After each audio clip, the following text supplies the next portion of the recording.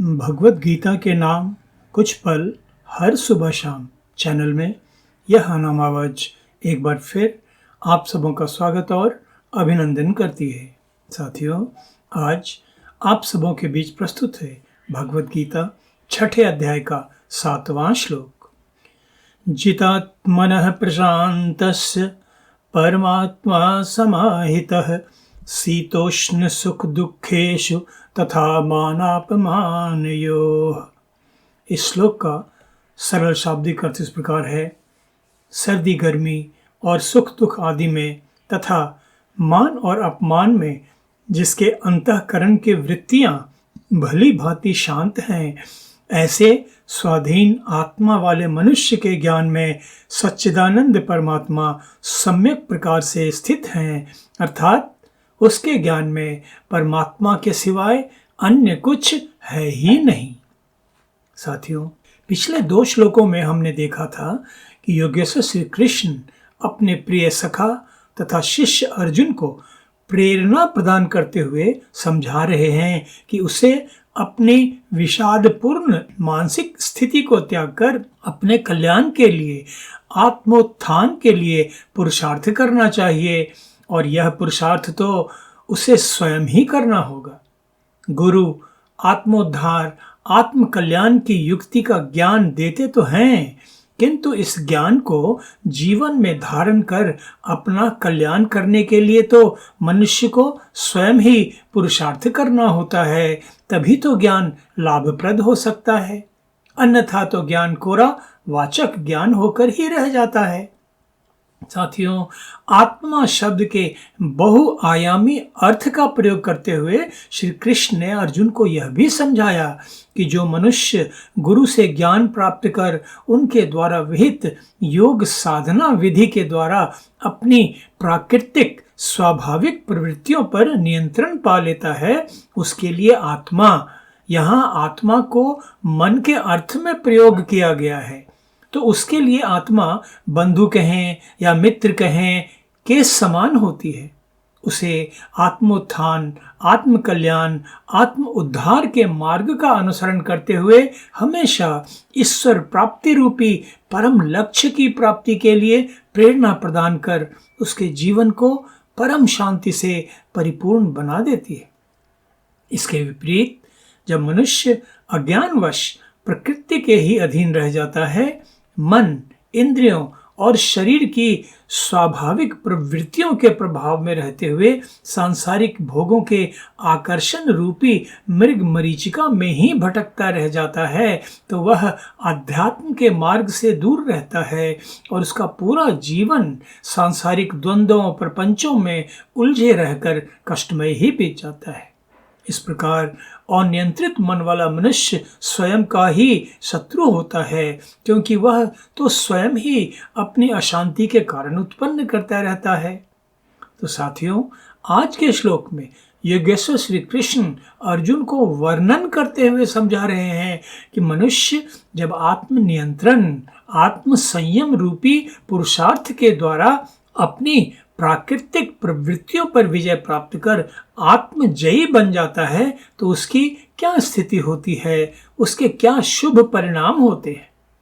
योगेश्वर श्री कृष्ण वर्णन कर रहे हैं कि सद्गुरु विहित योग साधना विधियों का संकल्प पूर्वक पालन कर जो मनुष्य अपने आप को समभाव में स्थित कर लेता है, वह इस संसार में सदा मिलती रहने वाली सर्दी गर्मी, सुख दुख तथा मान अपमान रूपी द्वंद्वों में भी सदा संभाव में ही स्थित रहता है। वह सदा शांत, निर्द्विघ्न, निरपेक्ष बना रहता है। उसकी चेतना निरंतर सच्चिदानंद परमात्मा से योग की स्थिति में बनी रहती है, ईश्वर प्राप्ति रूपी परमानंद में सतत निमग्न रहती है। ऐसे साधक के लिए संसार में परमात्मा के सिवाय और कुछ नहीं होता। उसके द्वारा किए जा रहे सारे कर्म अकर्म हो जाते हैं, उसके लिए कुछ भी कर्तव्य शेष नहीं रहता। यह तो एक अद्भुत आनंदमय स्थिति होती है जिसका वर्णन पूरी तरह कर पाना तो संभव ही नहीं है। इसकी अनुभूति प्राप्त करने पर ही इसे पूरी तरह समझा जा सकता है। आत्म संयम, आत्मबोध की इस उच्चतम स्थिति का वर्णन करते हुए तो आत्मबोध उपनिषद में वर्णन किया गया है। आत्मान मंजसा वेदामि क्वाप्य ज्ञानम पलायितम कर्तव्यम मध्य में नष्टम कर्तव्यम वापि न क्वचित। अर्थात मैं आत्मा को तो अनायास सहज ही जानता हूँ, मेरा अज्ञान न मालूम कहाँ पलायन कर गया है। अब तो मेरा कर्तव्य भाव भी बिल्कुल नष्ट हो गया है तथा मुझे कुछ भी करना शेष नहीं बच गया। तो साथियों, इस प्रकार हम पाते हैं कि पूर्वोक्त उपायों के द्वारा जिस साधक मनुष्य ने अपनी चेतना पर पूरी तरह संयम कर, नियंत्रण कर उसे पूर्ण रूप से अंतर्मुखी बना लिया है, उसे इस संसार के द्वंद्व अर्थात सर्दी गर्मी, सुख दुख, मान अपमान, यश अपयश इत्यादि उद्विग्न नहीं करते, विचलित नहीं करते। वह तो उनके प्रति पूरी तरह निरपेक्ष बना रहता है, जिसके फलस्वरूप उसकी चेतना निरंतर परमात्मा से योग की स्थिति में रहकर परमानंद की अनुभूति में निमग्न रहती है। यही मानव जीवन की उच्चतम स्थिति होती है। हम साधारण जगजीव तो संसार के द्वंद्व भरे प्रपंचों में फंसे रहकर सुख दुख रूपी हिंडेलों में ही झूलते रह जाते हैं। हमें जीवन में कभी स्थायी सुख शांति का अनुभव हो ही नहीं पाता। मानव जीवन के चरम लक्ष्य की प्राप्ति की बात तो दूर, हमें इसका ज्ञान भी नहीं हो पाता।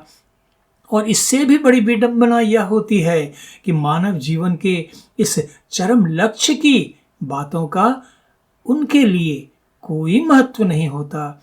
वे इस दैवी ज्ञान के प्रति तिरस्कार, उपेक्षा का भाव रखते हुए संसार रूपी दलदल में ही आनंद पाने के प्रयास में पूरा जीवन बिता देते हैं।